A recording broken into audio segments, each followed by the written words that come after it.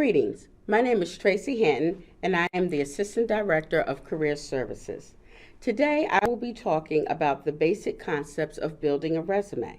If you need more assistance, please do not hesitate to make an appointment using Handshake to speak with someone. Our office is located in Kettler 109. Let's talk resume formatting. Remember, limit your resume to 1 or 2 pages in length. Again, it really depends on how much experience you actually have. Make sure that you use conventional fonts, size 11 or 12, such as Arial, Verdana, Tahoma. Try not to use any templates, and make sure that no high school information is listed. If you are here at Purdue, we already know that you have a high school diploma or a GED. Please don't list any personal information such as your marital status, hobbies, interests. Try to make sure that you use the first person language and be careful of abbreviations and acronyms. So what's necessary on a resume? You want to make sure, of course, you have your identifying information, you have a summary, education, and experience. But you can also have other actions such as activities and organizations, relevant coursework, honors and awards, research, publications, certifications, memberships, and volunteering. It really depends on what it is that you need for the employer to know about you that's going to add value to this document. Remember, this document is the first thing that an employer is going to see, and this is going to set the tone for helping you to get into their office for an interview. When you're utilizing your identifying information, make sure that you have your name, first and last. You can sometimes utilize your first initial. You can also have your address. It's not necessary. You can choose to just do the city and the state, your phone number and your email address. Please make sure that you have your LinkedIn URL in there as well. And you can see from the examples on the board what that might look like. Many of you have probably used an objective when you set up your resumes. I want to encourage you to begin your resume with a summary statement. And this is that elevator pitch for your resume. And this is going to help you to gain information or to give information to the employer so that they understand why you are an important candidate for the particular job that you are applying for. You'll notice here that I do have an example that shows you what a possible summary statement can look like. And in this summary statement, you'll see that it really does utilize skills and abilities that you have. And remember, we have hard skills and we have soft skills. Hard skills are those things like being able to utilize social media, typing, being able to understand a particular concept within the business realm. So those are the hard skills that you might want to add in there. But you also want to think about your soft skills, how you relate to people, how you problem solve, those types of things, and being able to really add those things in to the summary statement.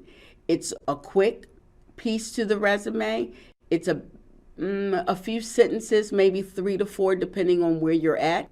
And if you wanted to add some competencies and other skills, you can actually do that as well. Education, of course, it's going to begin with the name of the institution. You're going to write your bachelor's degree type, whether it's arts, whether it's of science. If you have a minor, you're going to add those pieces of information, but you can also add your graduation date in there. Please remember to include a GPA as long as the GPA is above a 3.0. Experience. We use a chronological order or reverse chronological order, meaning we start with the most recent job and we work our way back. Your different types of experience can include paid, non-paid, internship opportunities, co-ops, volunteer, and those types of experiences. If you choose to only put your paid experience in one section and then volunteer in another, you can do that as well. Try to use the bullet statements. We recommend 3 to 5, but no more than 6. Make sure that you start each one with an action verb. Make sure that you're describing your skills and abilities. For example, supervised up to 6 cashiers. That's one way that you can quantify what it is that you've done. And you want to make sure, again, that you're utilizing the proper tense. Some additional sections that you can have professional memberships. You can have honors and awards.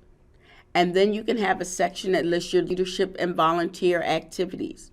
Remember, when it comes to professional memberships, if you don't feel that they fall under the professional memberships, but they're memberships in clubs that you want them to know about, you can just utilize the title memberships, and then you can put that information in there. So the name of the organization, you want to put that you're a member, and then the time frame. If at any point in time you serve on a leadership capacity such as vice president or treasurer, you want to make sure that that information is in there.